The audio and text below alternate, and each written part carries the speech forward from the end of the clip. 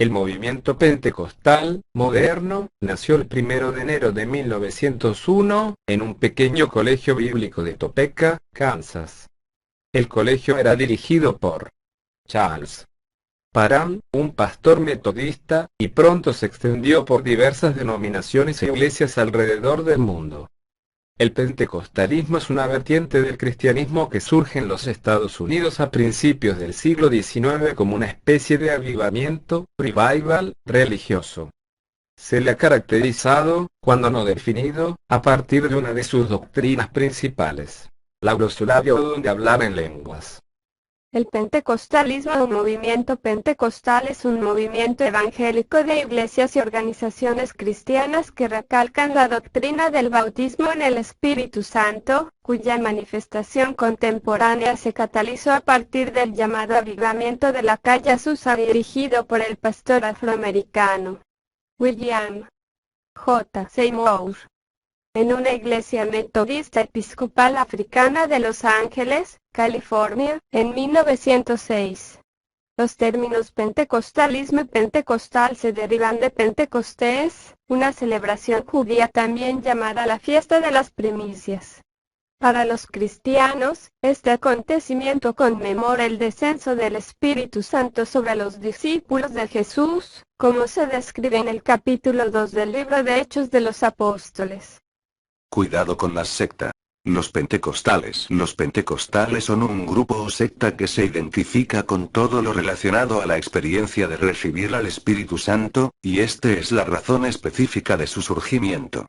Por ello, declaran que viven una experiencia personal con Dios, y esto les da el poder para ser sanados o liberados de vicios. Que obtienen una paz que sobrepasa el entendimiento, y dicen poseer un conocimiento pleno de la doctrina apostólica.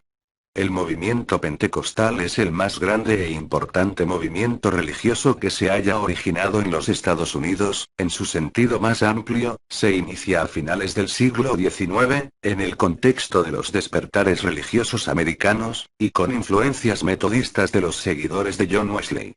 Hacia 1900, el pastor bautista Charles F. Parham funda en Topeka una congregación que pone especial énfasis en el bautismo del Espíritu acompañado de los signos que se manifestaron en el primer Pentecostés. En 1906, el predicador negro de Los Ángeles, Seymour, inicia quizá la primera comunidad propiamente pentecostal que se extiende rápidamente por los estados sureños.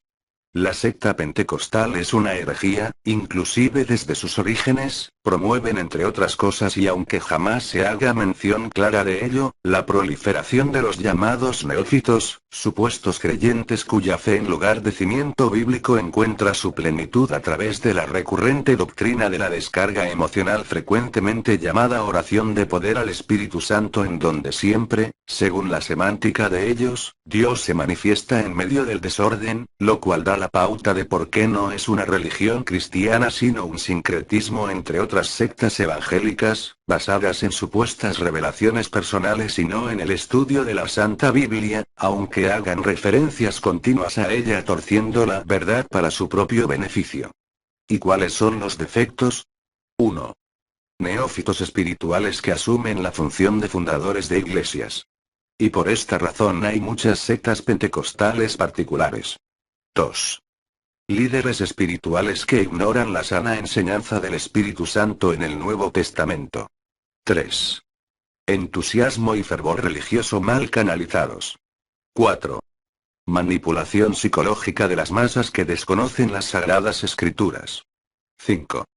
Un muy particular y redituable principio es la enseñanza de que ofrendando grandes cantidades de dinero a cualquiera de estos grupos, se promete que Dios lo devolverá, en forma sobrenatural, multiplicado.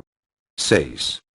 Todas las ramas pentecostales aceptan la infalibilidad literal de la Biblia, rechazando la hermenéutica y las investigaciones exegéticas modernas. Sobre este tema el apóstol Pablo nos advierte claramente.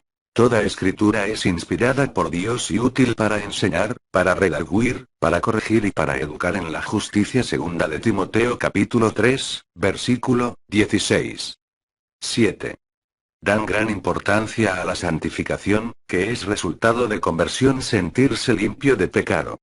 Final de un proceso en el que el adulto llega al bautismo del Espíritu, es como la condición indispensable para una vida cristiana auténtica, que se manifiesta en varios carismas, siendo el principal para ellos el don de las lenguas. Es importante notar que el don de lenguas mencionado en Hechos capítulo 2, es diferente al de los pentecostales y los carismáticos. En el libro de Hechos de los Apóstoles, todos entendían la predicación de los apóstoles porque hablaban en su propio idioma. Es erróneo pensar que es la única señal de haber recibido al Espíritu Santo. San Pablo dice que todos los corintios fueron bautizados en el Espíritu pero no todos hablaban en lenguas, Primera de Corintios capítulo 12, versículos del 13 al 30. El Espíritu Santo es el que edifica la Iglesia, cuerpo de Cristo, y la mantiene en la unidad, Efesios capítulo 4, versículos del 1 al 16. Primera de Corintios capítulo 12, versículos del 1 al 13. Por tanto, todos los que decimos tener el Espíritu Santo, debemos dejarnos llevar por él para buscar la unidad que Cristo quiere de nosotros, Evangelio de Juan capítulo 17, versículo 21. El divisionismo de las sectas protestantes está mostrando que rechazan al Espíritu Santo.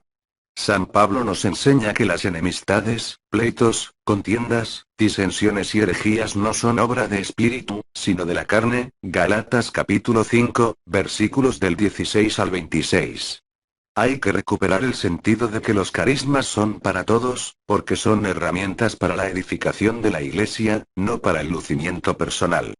Gracias, espero les haya gustado este aporte. No se olviden, suscribirse, darle me gusta y activar la campanita, para que cada vez que subamos contenido como este, usted no se pierda, de nuestras enseñanzas. Bendiciones, este es un aporte más de Diego Estudio.